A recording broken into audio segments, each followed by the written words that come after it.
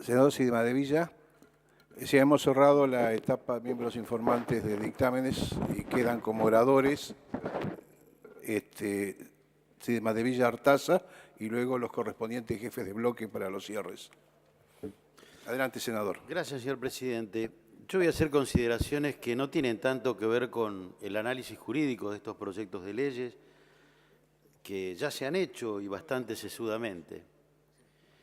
Yo no puedo dejar de analizar estos proyectos de ley aislado de lo que fue todo un proceso por parte del poder político en la Argentina de tratar de sojuzgar todas las estructuras judiciales. Lo que pone de manifiesto, y yo lo vuelvo a reiterar, que el oficialismo cree que los jueces y fiscales no deben ser jueces y fiscales de la ley, sino que deben ser jueces y fiscales del poder. Y hay una gran diferencia entre ser juez de la ley y ser juez del poder. ¿Y por qué digo esto? Si nosotros analizamos desde la sanción de la ley de la democratización de la justicia, luego declarada inconstitucional, si analizamos la ley de subrogancias que hoy se está discutiendo, si analizamos la reforma a la ley de la procuración, el nuevo Código de Procedimientos, código que tiene una coincidencia de todos los bloques de este recinto, que es mucho mejor el sistema acusatorio que el sistema inquisidor y que es bueno que avancemos en ese sentido. Pero como siempre, detrás de una buena idea pareciera ser que el oficialismo quiere cometer una perversidad. ¿Por qué lo digo? Porque este código deriva toda la acción investigativa en los fiscales. Y entonces cuando vemos por un lado que toda la actuación de los fiscales va a estar destinada a la investigación de las causas penales, y vemos por otro lado esta ley de la procuración que se pretende sancionar, que convierte a quien está a cargo del organismo prácticamente en un funcionario con poder omnímodo, que tiene facultades no solo para intervenir en la designación de los jurados de los concursos, para intervenir en la clasificación de los concursos, para intervenir en los procesos sancionatorios, para nombrar funcionarios dentro de la Fiscalía, nombramientos que le motivó a la actual procuradora de la Corte una denuncia penal y donde hay un requerimiento fiscal para su indagatoria. Esta ley precisamente lo que está haciendo es blanquear todas estas irregularidades cometidas por la procuradora y que si a eso le sumamos que ha tenido un comportamiento no disimulado de alineamiento con el poder político, claro que genera preocupación todas estas modificaciones, no el código en sí, sino la posible aplicación de este código, la posible cooptación del Ministerio Público Fiscal por hombres adictos, por lo menos a la procuradora. Y fíjese, señor presidente, que la procuradora ha predicado con el ejemplo en esto de proteger o buscar inmunidad para el poder. Yo voy a dar un solo caso, pero que la pinta de cuerpo entero. Hubo un fiscal que investigaba a un hombre allegado al poder, como Lázaro Báez, y casi pierde su puesto porque fue enjuiciado. Hay otro fiscal que está enjuiciado por un juez precisamente por no investigar a Lázaro Báez, ha sido citado a indagatorias en varias oportunidades y la procuradora Gil Carbó lo protege y evita que concurra a la indagatoria a la que he citado, me refiero al fiscal Gonella. Aquí tienen ustedes un claro ejemplo de cómo actúa quien, a partir de la sanción de estas normas, va a tener nada más ni nada menos que en sus manos la dirección de todos los procesos penales donde se investiga el poder. Si a esto se le suma que uno ve cómo la Fiscalía de Investigaciones Administrativas prácticamente desaparece o desaparecen sus funciones con esta ley que estamos tratando, se suma a estas preocupaciones que nos genera este paquete de leyes que, vuelvo a repetir, para mí tienen una finalidad política que es lograr que los jueces y los fiscales dejen de ser jueces de la ley para ser jueces del poder. Es más, el artículo 5º de la ley del Ministerio Público Fiscal me genera muchísimas dudas, porque habilita al Poder Ejecutivo Nacional eventualmente a darles instrucciones a la Procuradora General de la Nación. Es decir, reza el artículo Coordinar esfuerzos para hacer más efectiva la defensa de los intereses generales y la persecución penal. Siempre estas definiciones con una ambigüedad que alarman, ¿no? Yo pregunto, ¿y si los intereses del Poder Ejecutivo Nacional fueran discrepantes con lo que la Procuradora General de la Nación entiende como la más efectiva persecución penal? ¿Y si se trata de corrupción en los que necesariamente va a chocar el interés del Ministerio Público Fiscal con el funcionario del Poder Ejecutivo Nacional que se ha investigado? Sin embargo, esta posibilidad queda abierta en esta ley que estamos sancionando. Es más, quedan abiertas facultades como para apartar fiscales naturales de las causas, nombrar fiscales subrogantes, dar instrucciones. Lo que realmente pierden los fiscales con esta ley es la autonomía necesaria para poder llevar adelante con ciertas garantías una investigación. Esto es lo que se logra con esta ley del Ministerio Público Fiscal que estamos tratando hoy. Es más, hay un artículo, el artículo 80 de la ley, que dice, si lo encuentro por acá,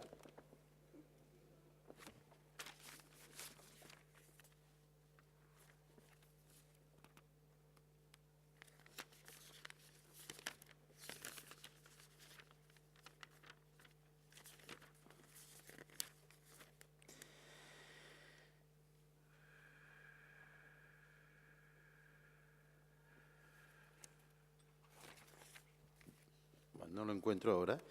pero es el artículo que dice que todas las disposiciones de esta normativa pueden ser de aplicación inmediata si no tienen que ver con la aplicación del Código. Hay muchísimas normas que no tienen absolutamente nada que ver con la aplicación del Código. Por ejemplo, la creación de los cargos, la creación de todas estas fiscalías, la creación de atribuciones a cada uno de los cargos que se crean, no tienen absolutamente nada que ver con la aplicación del Código. Y esto la Procuradora Fiscal lo va a poder aplicar a partir de la sanción de las leyes. Es decir, le van a quedar en sus manos todas las facultades para hacer el desaguisado que se le antoje en el manejo de las investigaciones penales. Y esto es muy peligroso, señor presidente. Creo que cuando el partido que gobierna ha demostrado, en esta reseña que he hecho de algunos hechos, esta embestida contra la Corte, esta embestida contra el doctor Fay, esta salvaje embestida contra el doctor Fay, un jurista de nota y que ha demostrado, por lo menos si la lucidez la podemos medir a través de la calidad de los fallos, ser uno de los jueces más lúcidos de la historia de la justicia argentina. Entonces, señor presidente, cuando uno observa este panorama y observa las atribuciones que van a quedar en mano de una persona que ha tenido estas conductas, que es una de las militantes más activas de una agrupación judicial que se llama Justicia Legítima, que ha llegado a sostener sin ningún tipo de pudor a algunos de sus integrantes, que cuando una ley es aprobada por amplia mayoría en el Parlamento argentino, los jueces no tienen facultad de revisarla. Y si ustedes observan, por ejemplo, o por caso, el dictamen de la Procuradora General en la causa Rizzo, la causa Rizzo es la que decreta la inconstitucionalidad de la ley llamada de la democratización de la justicia,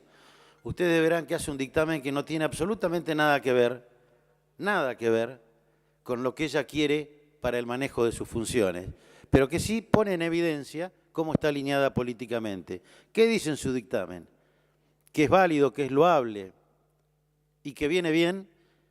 que haya posibilidad de elegir a los jueces por el voto popular. Pero cuando le toca a ella opinar sobre la ley de la procuración, se reserva para sí todas las facultades inherentes a la procuración, sin ningún tipo de control, porque no tiene absolutamente ningún tipo de control. Y este es el riesgo que hoy estamos corriendo en la Argentina, que si ya la justicia de por sí, creo, no está capacitada para investigar al poder en este país, mucho menos lo va a estar con quien está a cargo de la Procuración General con esta ley que le da absolutamente todas las facultades. Es más, señor presidente, Creo que hay una actitud de la corporación judicial que evidencia también cierta complicidad con el poder político y tengo la obligación de decirla. Que los jueces federales hayan guardado absoluto silencio sobre que este Código de Procedimiento comience a aplicarse precisamente en la justicia federal y no en la ciudad autónoma de Buenos Aires, me lleva a sospechar también, y me remito a los hechos, que por acción o por omisión hay una connivencia entre la corporación judicial y el poder político que ha pactado sobre la implementación de este código. Por todos estos argumentos, señor presidente, es que nosotros hemos hecho dictámenes en minoría que aseguren al menos transparencia y garanticen la autonomía de los señores procuradores fiscales. Y en cuanto a la preocupación que nos ha generado la situación de los empleados que se van a ver afectados por la implementación de este código, también el senador Rosas ha presentado un proyecto de ley que preserva y garantiza todas las preocupaciones que el sindicato nos ha venido a expresar. Esto respecto de la Procuración, señor presidente. Y respecto de la ley de la Defensoría, quiero hacer saber de algunas observaciones que nos han hecho llegar respecto a la redacción de dos de los artículos de la ley de la Defensoría, el artículo 30 y el artículo 50. Respecto del artículo 30, cuando se habla de la integración de los jurados de los concursos, se excluye de la posibilidad de participar como jurado en esos concursos a quienes ejercen hoy como magistrados dentro de la Defensoría y no han accedido al cargo por concurso. Por caso, la Defensora General no accedió al cargo por concurso. Esto por un lado, y por otro lado, respecto a las remuneraciones que habla el artículo 50, garantizar que tengan la misma remuneración los miembros de la Defensoría que actúen que los mismos miembros del Poder Judicial ante los que actúen. Estas son dos observaciones respecto del Ministerio de la Defensa que solicito sea considerado al momento de la votación. Pero por estas razones y por las preocupaciones que acabo de expresar es que no vamos a acompañar los dictámenes de la mayoría, señor presidente. Senador Artaza tiene la palabra. Sí, señor presidente. Hemos trabajado desde acá con diversos proyectos, como es en mi caso con el Instituto INESIP, por ejemplo, y Alberto Binder, trabajando en el cambio del Código Procesal Penal, y hemos presentado proyectos desde acá, también desde el bloque de la Unión Cívica Radical, en la cual sería redundante decir las virtudes que significa tener un nuevo Código Procesal, pasar del sistema burocrático, inquisitorio, al sistema oral y acusatorio. Un avance importantísimo que lamentablemente yo creo que con estas ramilletes de leyes que hoy estamos tratando, se sacan las virtudes lamentablemente de ese código. Porque uno puede, acaba de hacer una descripción pormenorizada el senador Cimadevilla o también nuestro miembro informante o Ángel Rosas, y es una oportunidad perdida de mejorar aún más la calidad de este cambio del Código de Procesal Penal que tenemos en la Argentina, que hemos votado en el Congreso de la Nación. Era un gran avance que los fiscales puedan investigar, que los abogados defiendan y el juez haga la sentencia y no lleve todo a cabo a través de un juez. Es un importantísimo avance para la Argentina que se desvirtúa con las intenciones del gobierno, lamentablemente, con la modificación y con el aporte de estas leyes, señor presidente. Y se desvirtúa a través por ejemplo, simplemente de la división del Ministerio Público, que no lo permite la Constitución en su artículo 120. Nos parece, por eso obviamente desde el principio nosotros no acompañamos desde el bloque, como lo han pormenorizado nuestros senadores que hicieron uso de la palabra anteriormente. Y señor presidente, vamos a poner un poco de esperanza en el sentido de que los hombres pasamos y las instituciones van a quedar. Entonces vamos a hacer votos para que esta virtud que significa la modificación de tener un nuevo código procesal penal que pasa al sistema oral y que nos lleva, señor presidente, inexorablemente a algo que vengo trabajando hace tiempo también con el Instituto INESIP y dentro del bloque de la Unión Cívica Radical, que es el juicio por jurados. He presentado el proyecto 1554/14 y he pedido en la comisión bicameral que se trate, se ha tomado en cuenta además en la comisión bicameral para incorporarlo al debate. Yo lamento que en estas implementaciones de estas diversas leyes no estemos incluyendo el juicio por jurado en Argentina y que nos pongamos a trabajar lo más rápidamente posible, ya que el propio Poder Ejecutivo en la presentación del cambio del Código Procesal Penal hace mención en 6 oportunidades al juicio por jurados, que es cierto, es una de las cuestiones pendientes que tiene el sistema judicial en la Argentina, que nuestra Constitución además lo demanda, señor presidente, una democratización de la justicia, un avance enorme en la participación ciudadana, en la transparencia, en la virtud que tiene en acelerar además las causas. Yo creo, señor presidente, que es uno de los pasos más importantes que están pendientes, además de este código. Nosotros lamentamos que lamentablemente se ha desvirtuado este gran paso adelante que fue el cambio de Código Procesal Penal en la Argentina, casualmente con estas leyes que no vamos a acompañar. Obviamente vamos a votar el dictamen que tenemos en minoría, señor presidente. Y hago votos para que trabajemos juntos desde el Congreso de la Nación para tener juicio por jurado como en otros distritos de la Argentina con un gran resultado importantísimo, el avance que significa en este momento además en la Argentina. Resulta difícil pensar que esa atribución tan importante que le damos a los fiscales sea desvirtuada en este cúmulo de algunas leyes. Sobre todo, señor presidente, pensar que pueden ser inconstitucionales, sobre todo la elección de los jueces subrogantes a través de otros fallos que han quedado muy claramente en la justicia y que van a ser considerados seguramente inconstitucional y que van a tener otro debate jurídico, cuando podemos consensuar la implementación de un muy buen código que pueda perdurar en el tiempo, que nos va a regir, así como el Código Civil, como este Código Procesal Penal. Así que hago votos para que trabajemos en el futuro para seguir mejorando la calidad de las instituciones. No creo, y por eso no vamos a acompañar, que sea con esta implementación de estas leyes que lo hagamos. Pero sí pienso que podemos pensar para el futuro y trabajar también fundamentalmente en el juicio por jurados en la Argentina. Muchas gracias. Gracias, senador. Senadora Michetti, tiene la palabra. Señor presidente, el proyecto que estamos tratando de implementación del Código Procesal Penal de Nación tiene un artículo 2 de entrada en vigencia que es importante en términos de lo que voy a hablar después,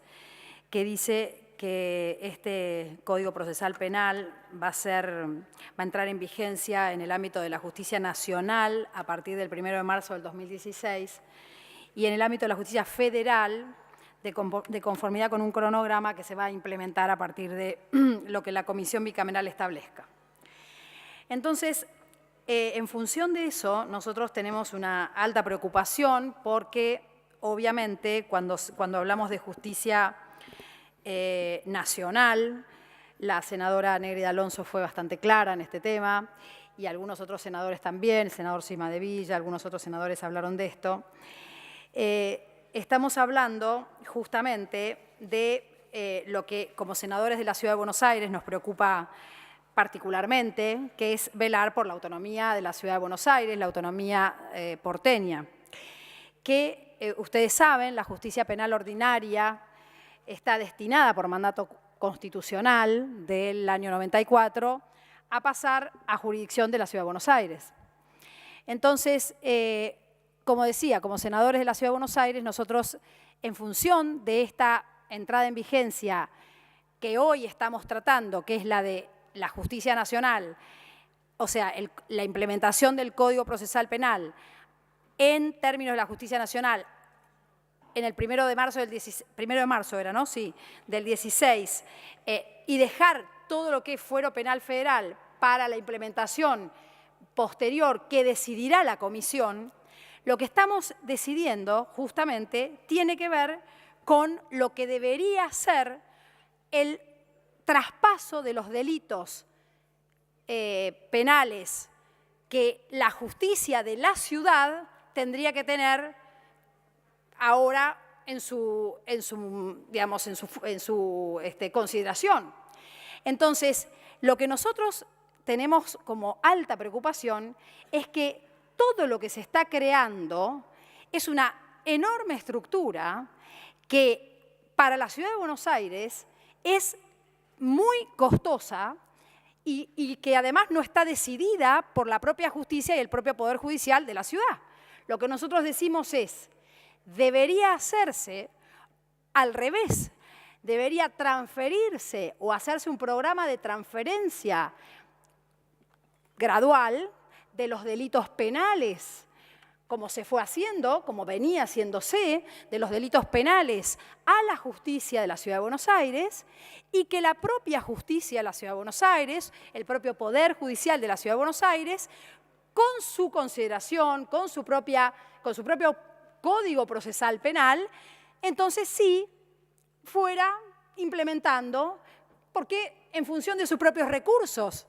tenía que y tiene que ponerlo en marcha. Entonces, lo que nosotros como senadores de la ciudad no podemos hoy aprobar es este momento de implementación, porque estamos tratando en este momento lo que se considera la justicia nacional, que es justamente la de la Ciudad de Buenos Aires. Entonces, lamentablemente, si bien hay muchísimas cosas que tienen que ver con el Código Procesal Penal, que son cosas en las que estamos de acuerdo, por supuesto, lo que pasa del modelo y el sistema inquisitivo al acusatorio, lo que tiene que ver con todas las cosas que se han tratado acá, acortamientos de plazos, mayor transparencia, todo lo que sabemos que es una reforma de fondo, como decía la senadora Negri, que estoy totalmente de acuerdo, y que además también estoy de acuerdo, debería completarse con la policía judicial, con un montón de otras cuestiones que sería el momento de completarlas. Me parece que lo estamos justamente, haciendo en este momento de una manera corta, porque estamos tomando el tema de la justicia nacional, dejándolo federal, que es justamente lo que me parece que debería preocuparnos como senadores de la nación, que es el narcotráfico, los delitos de crimen organizado, la corrupción, todos esos delitos que deberían ser hoy los que nos preocuparan más para poner en marcha el Código Procesal Penal, que estamos justamente trabajando como tema de fondo, y llevarlo a la implementación, no, lo estamos dejando para adelante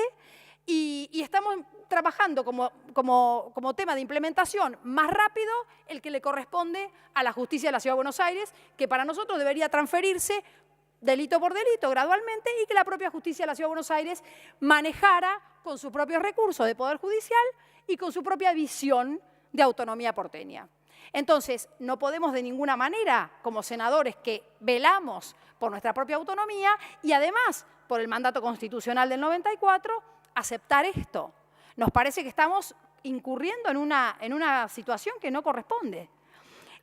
Así que, por otro lado, también creemos que, desde hace tiempo ya el Poder Ejecutivo Nacional viene creando nuevas estructuras pasando por arriba de la autonomía de la Ciudad de Buenos Aires, por ejemplo, las cámaras de casación penal, digamos. Esto no es nuevo, ¿no? Así que esto lo sabemos desde hace tiempo.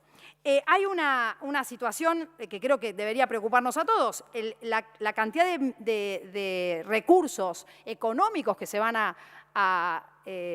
destinar a esta aplicación, a esta implementación de la parte que corresponde a la justicia nacional, o sea, lo que estamos diciendo que se va a implementar a partir de marzo del 2016, son nada menos que 1.000 millones de pesos anuales, o sea, no es poca cosa. Y para la Ciudad de Buenos Aires esto es muchísimo dinero. Nosotros, digamos, no tenemos ninguna posibilidad de sostener esto y aparte se está haciendo, como decía, desde una mirada que no es la propia mirada del Poder Judicial de la Ciudad de Buenos Aires, es una mirada que tiene que ver con el Senado de la Nación, no con una comisión bicameral, en todo caso, de senadores y diputados, y no con el Poder Judicial de la Ciudad de Buenos Aires, que debería ser el que implementa el Código Procesal Penal de la propia Ciudad de Buenos Aires. Así que desde este lugar es que no vamos a acompañar la implementación, los proyectos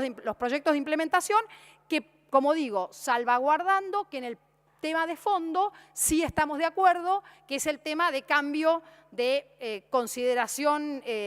filosófica de la cuestión procesal penal de la Argentina.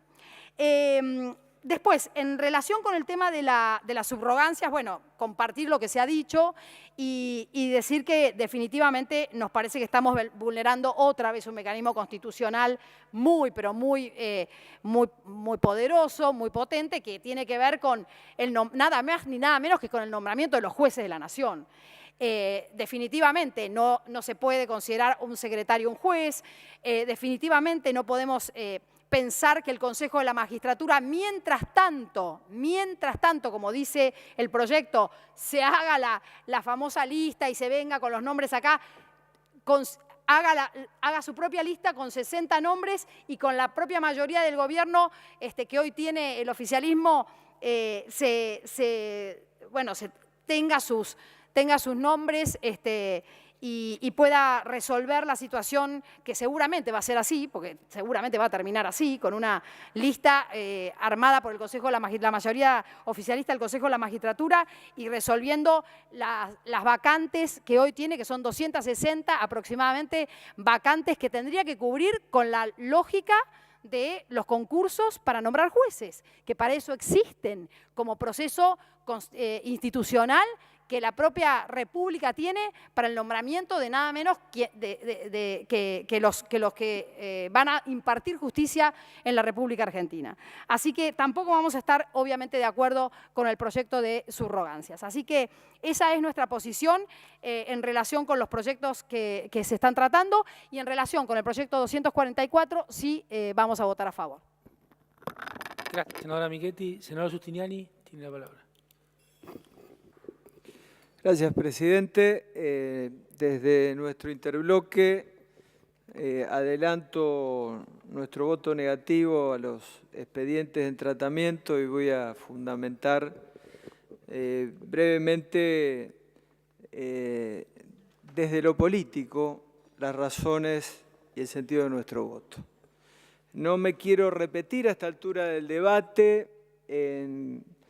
lo importante que se dijo en las distintas exposiciones de las senadoras y senadores que me precedieron en el uso de la palabra, como el senador Rosas, la senadora Negre de Alonso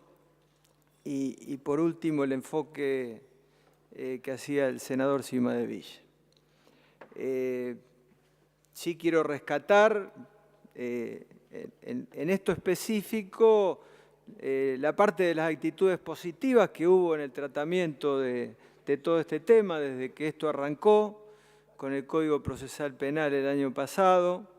la presidencia de la comisión bicameral llevada adelante por el senador Urtubey con todo el espíritu de la búsqueda de consensos. En su momento el presidente de la Comisión de Justicia, el senador Guastavino, cuando se abordó el tratamiento del Código Procesal Penal, pero siempre centramos nuestra disidencia en lo que respecta al diseño que acá se manifestó claramente de un Ministerio Público Fiscal por su verticalidad, por su discrecionalidad, por su falta de controles y concentración de poder en la Procuraduría. Yo voy a pedir la inserción de nuestra evaluación como interbloque de cada una de las leyes para no hacer el análisis detallado de cada una y me voy a concentrar más en lo que decía anteriormente en una breve valoración política. Este tema arrancó el 19 de noviembre en este recinto del año pasado. En ese momento nosotros expresamos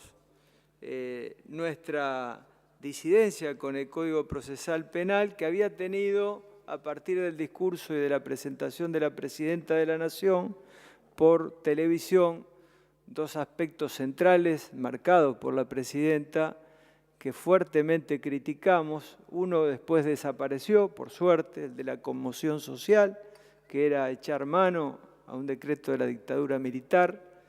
y el otro al tema de la expulsión de los extranjeros, que se mantiene, y hoy se mantiene en uno de los expedientes en donde expresa la reducción del juicio a prueba. Nosotros en aquel momento dijimos y planteamos una primera pregunta que nos parece central, y que es ¿qué se quiere hacer con la justicia? En términos políticos, generales, ¿cuál es la idea del oficialismo respecto a qué se quiere hacer con la justicia? Creo que todos compartimos, oficialismo, oposición, en este recinto, una justicia que tiene que ser eficiente, transparente, rápida, al servicio de la gente, un servicio de justicia que hoy no da respuesta, que es un reclamo de toda la sociedad. No hace falta hacer encuestas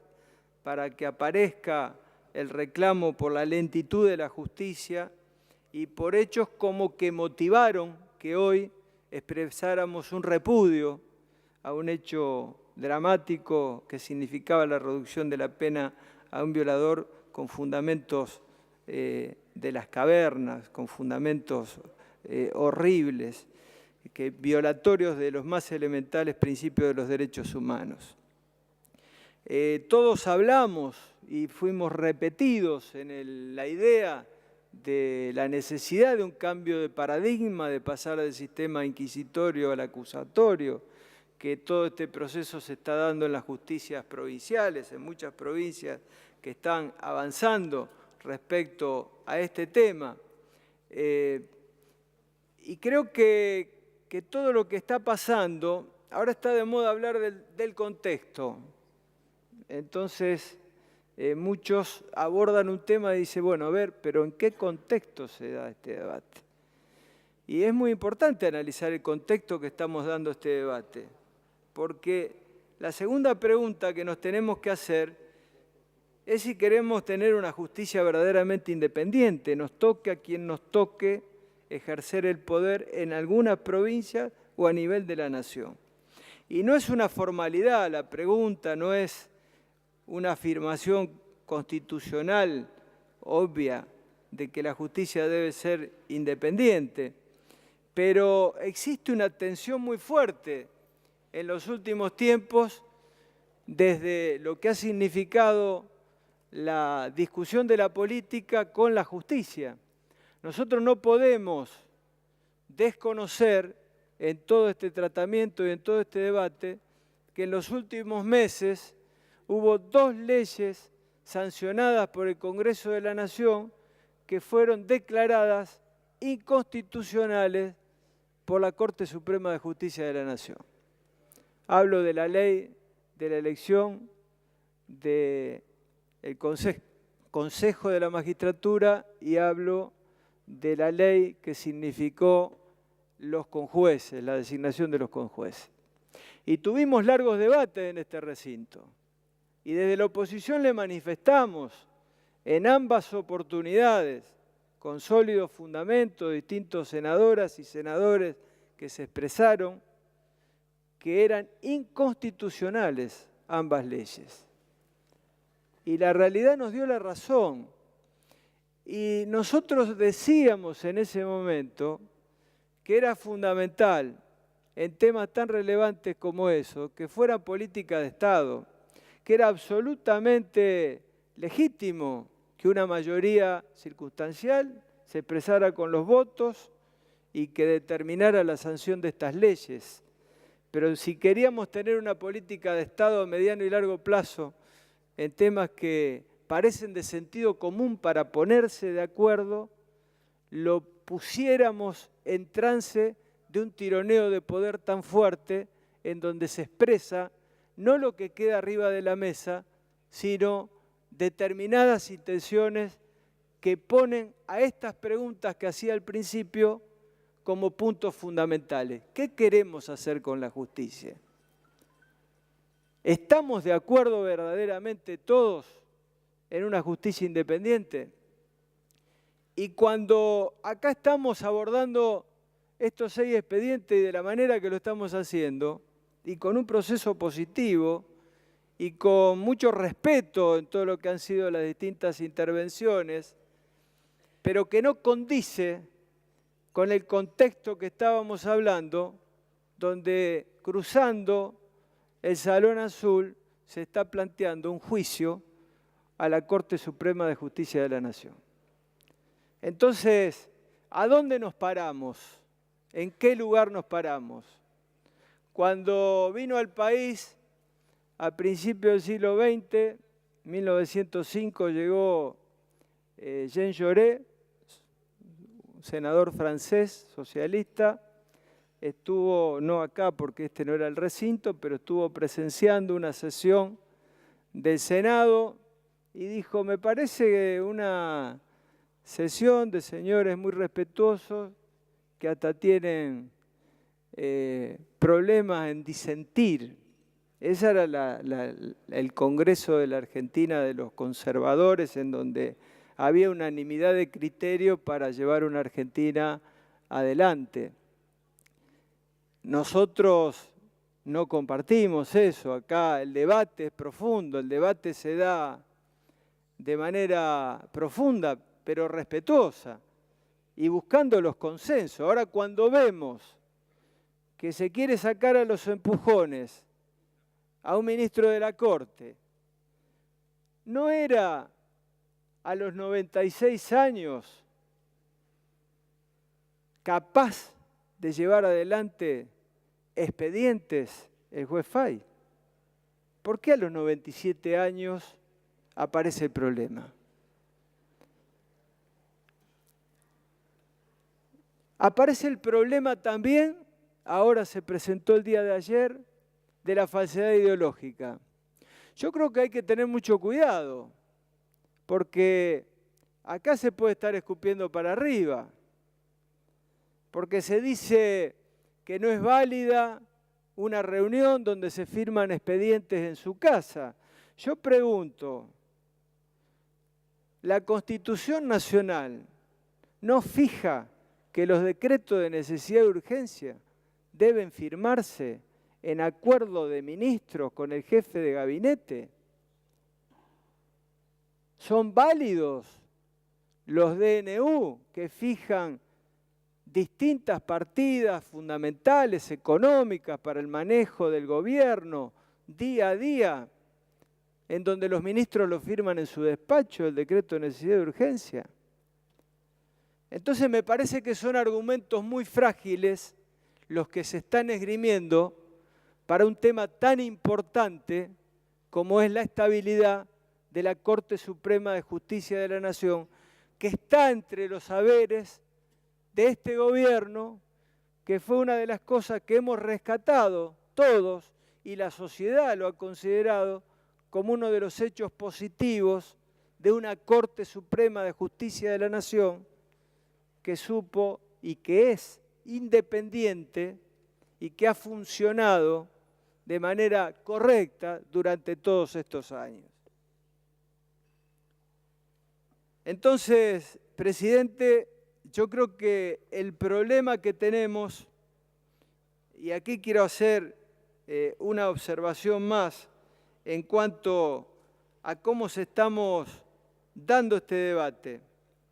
que es el debate en concreto de temas que se están definiendo de una manera que in totum pueden aparecer positivos, pero que en cada uno de ellos muestra una definición de poder muy importante. Se definió el Código Procesal Penal de la Nación, estaba el anexo 2, donde se definían centenares, más de 2000 cargos para plantear. Se define un sistema que estamos planteando, que por su naturaleza no compartimos, como está definido, un Ministerio Público Fiscal, donde pone en cabeza de la Procuraduría un exceso de atribuciones, en donde se definen fiscales de distrito que van a ser designados a dedo por la Procuraduría. Fiscales de distrito que van a tener un papel fundamental en todo el proceso. Entonces, nos parece que los modos, las formas y el proceso está absolutamente relacionado con los objetivos que desde nuestro punto de vista en este aspecto se violan, con hechos fundamentales como el poner en funcionamiento esto, y acá voy terminando, somos senadores de la Nación que representamos a nuestras provincias y nos sentimos de alguna manera confrontados con lo que recién decía la senadora Michetti, donde se pone en funcionamiento todo un sistema nada más que para la ciudad de Buenos Aires. Hemos trabajado con el senador Urtubey, con el actual jefe de gabinete Aníbal Fernández, entonces senador, con el senador Morales, también con la senadora Michetti, también con la senadora Negre, en una ley muy importante, que es la ley de decomiso de los bienes económicos del narcotráfico, que aborda la trata de personas, los hechos de corrupción, y que esta figura fue introducida en el nuevo Código Procesal Penal de la Nación, y que sabemos que estos son los delitos complejos, los delitos criminales que están hoy golpeando en estos nuevos tiempos, en nuestra región, en nuestro país, en nuestras ciudades, y que lo estamos haciendo tarde, y que ahí surge nuestra pregunta también. ¿Por qué no le ponemos fecha? ¿Por qué no ponemos en funcionamiento la justicia federal para que podamos brindar esas herramientas para hacer el abordaje de estos delitos complejos que no pueden seguir demorando en su instrumentación? Por eso nos confronta como senadores del interior de nuestro país, que representamos a cada una de nuestras provincias y que este flagelo nos está golpeando duramente, de hacer esta reflexión, de que podamos poner esto en funcionamiento de la manera más rápida posible, porque creemos que es la prioridad, que es lo que hoy debe abordarse. Por eso, presidente, nosotros, como lo hicimos cuando se trató el Código Procesal Penal de la Nación, no vamos a acompañar esta norma. Lamentamos que esto no se haga de manera de política de Estado, que podíamos entre todos votar leyes por unanimidad, como lo supimos hacer con muchas leyes, como esta que estoy nombrando, como el decomiso de los bienes económicos del narcotráfico. No es verdad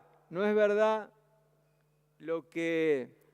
la presidenta le dijo al país el 25 de mayo, hablando de las leyes, donde dijo que la oposición no había acompañado en ninguna. No es verdad. Escuché con atención el discurso. Y es importante decirle al país lo que es cierto, lo que es verdad. Hemos acompañado leyes importantes para el país, como fue la recuperación de Aerolíneas Argentinas, como fue la recuperación de yacimientos petrolíferos fiscales, porque denunciamos en los 90 cuando se privatizaban estas empresas del Estado. Y con esa coherencia, como lo hicimos, con la recuperación del sistema previsional de reparto público del Estado, porque estuvimos en contra cuando se privatizó el sistema con la implementación de las FJP. No es verdad que existe una oposición que se opone a todo porque es el oficialismo el que propone. Leyes, muchas leyes importantes para el país fueron abordadas, y muchas por iniciativas de este Senado, por unanimidad de todas las bancadas. Por eso no vamos a acompañar en esta oportunidad. Creemos que se sigue poniendo en tensión una situación sin definir claramente qué queremos hacer con la justicia argentina. Si queremos una justicia verdaderamente independiente, que dé un servicio de justicia rápido, eficaz, transparente y al servicio de la gente. Muchas gracias. Muchas gracias, senador. Senador Morales, tiene el uso de la palabra. Gracias, presidente. Bueno, nuestro miembro informante ya ha sido claro y se ha expresado sobre todos los proyectos que han sido puestos a consideración enviados por el Poder Ejecutivo, algunas iniciativas también presentadas por senadores. Yo quisiera abundar sobre dos de los proyectos que ya ha explicitado el senador Rosas. Uno que tiene que ver con un tema que, como se ha dicho recién, venimos planteando hace tiempo y el Ejecutivo ahora nos da la razón, que es el tema de las objeciones que hacíamos a la ley vigente de subrogancias para los tribunales inferiores a la Corte Suprema de Justicia de la Nación. La verdad que el Poder Ejecutivo recepta nuestro planteo, que está en la justicia, por cierto. Como usted sabe, presidente, nosotros cada vez que se han aprobado listas de conjueces, nosotros hemos generado planteos que además hemos agregado en nuestra causa, por la que nosotros objetábamos la constitucionalidad de la ley, que la 26376, que acá el Poder Ejecutivo plantea en el mensaje, dicen, los procedimientos vigentes, se prevé entonces la designación de un juez de manera directa, siguiendo un orden preestablecido, y para el caso que no sea posible cubrir la vacante con un juez, la realización de un sorteo entre listas de conjueces. Ahora bien, debe advertirse que tanto la fijación de un orden de prelación como así también la realización de un sorteo no dejan de ser mecanismos aleatorios que colisionan con el espíritu del 114 de la Constitución Nacional, que prevé la realización de concursos públicos para elegir los candidatos a las magistraturas inferiores, lo cual importa verificar condiciones de idoneidad y valorar el mérito profesional, todo ello enmarcado en la eficaz prestación del servicio de administración de justicia. En consecuencia, es conveniente que la designación de los jueces subrogantes responda a similares parámetros de idoneidad técnica y aptitud profesional para el ejercicio de la función, que deberán ser valorados por el Consejo de la Magistratura a la hora de proponer el o la subrogante. La verdad, copia fiel de lo que nosotros dijimos meses, presidente, cuando producíamos la objeción, y entonces, porque en definitiva la ley que aprobamos oportunamente rompió con el criterio establecido en el fallo Rosas por la Corte, que justamente deja sin efecto la resolución número 79, que en ese momento había dictado el Consejo de la Magistratura, por la que solamente participaba un poder del Estado, y la objeción que hace la Corte es que no había allí la debida participación del Poder Ejecutivo y el Senado de la Nación. Entonces nosotros, a partir de ese criterio establecido, que obviamente es el que está planteando la Constitución, nosotros objetamos periódicamente. Y hoy viene el proyecto reparando esta cuestión, pero también todavía dejando un vacío y dejando en el concepto que plantea el proyecto elevado por el Poder Ejecutivo. No es cierto, va a haber todavía algunas cuestiones que van a ser reprochadas por inconstitucionales. Porque el artículo 114, presidente, como acá inclusive lo dice en el mensaje el Poder Ejecutivo, plantea que serán atribución del Consejo de la Magistratura seleccionar mediante concursos públicos los postulantes a las magistraturas inferiores. El hecho de que acá se repare la cuestión y se establezca participación del Consejo de la Magistratura, remisión de las listas al Poder Ejecutivo y el Poder Ejecutivo acá al Senado, no soluciona el tema, porque lo que está establecido en el proyecto de ley es un mecanismo que no se condice con la realización de los concursos. Porque acá se dice que se integrarán las listas con 20 abogados y abogadas y 20 secretarios y secretarias judiciales. Y que el Consejo verá la cuestión de la idoneidad, ¿no es cierto?, en función de la competencia. Por eso es que nosotros, en su momento, presentamos un proyecto de modificación de la ley vigente donde planteábamos que las listas que eleve el Consejo a la magistratura tienen que ser tomadas de los concursos. Un concurso para un juzgado penal, ¿no es cierto?, para una cámara penal, tiene la participación de abogados de la matrícula que ya han calificado, han merituado y a cuyos postulantes ya se los ha calificado en términos de la idoneidad que tengan para el ejercicio de ese cargo.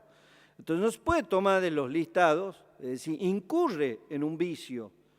en la lógica esta que tiene que ver con todo el paquete de leyes que se han presentado. Claro, como tenemos mayoría en el Consejo de la Magistratura, entonces armemos las listas desde el Consejo de la Magistratura, se la mandamos al Ejecutivo y viene al Senado. Cuando para la designación de jueces, por eso, después el texto de la ley rompe con los fundamentos. La verdad que siguiendo estos fundamentos que acabo de leer, el texto de la ley, ¿qué tendría que decir? Tomar las listas de los concursados, porque justamente acá dice, en consecuencia es conveniente que la designación de los jueces subrogantes responda a similares parámetros de idoneidad técnica y aptitud profesional para el ejercicio de su profesión, que surgen de los concursos. Por eso es que nosotros habíamos planteado que la Comisión de Selección de Magistrados de Escuela Judicial deberá tomar en consideración, para realizar la evaluación de los antecedentes, las listas de los concursados. Si enviaron ternas, uno es designado, quedan 2, está el cuarto, el quinto, el sexto, el octavo, y si le mandan 15 nombres al Poder Ejecutivo, el Poder Ejecutivo tiene la facultad para de allí sí decir va este, no va este. Pero viene ya el filtro que establece la Constitución en el 114, que es participación del Consejo de la Magistratura y concursos. Entonces, el procedimiento, que la columna vertebral del procedimiento que esta ley trae, que intenta reparar los planteos de inconstitucionalidad que nosotros hacíamos y las fallas de constitucionalidad de la ley vigente, ¿no es cierto?, sigue habiendo aquí una cuestión que realmente está en contra o no responde a los lineamientos que establece la Constitución. Y también el artículo 4, ¿no es cierto?, cuando plantea que para el supuesto excepcional que no hubiere disponible una lista de conjueces con acuerdo del Honorable Senado de la Nación para la aplicación inmediata de la presente ley, el Consejo de la Magistratura designará subrogantes de la lista aprobada por el plenario. Entonces, presidente, primero, llega el Poder Ejecutivo y nos da la razón.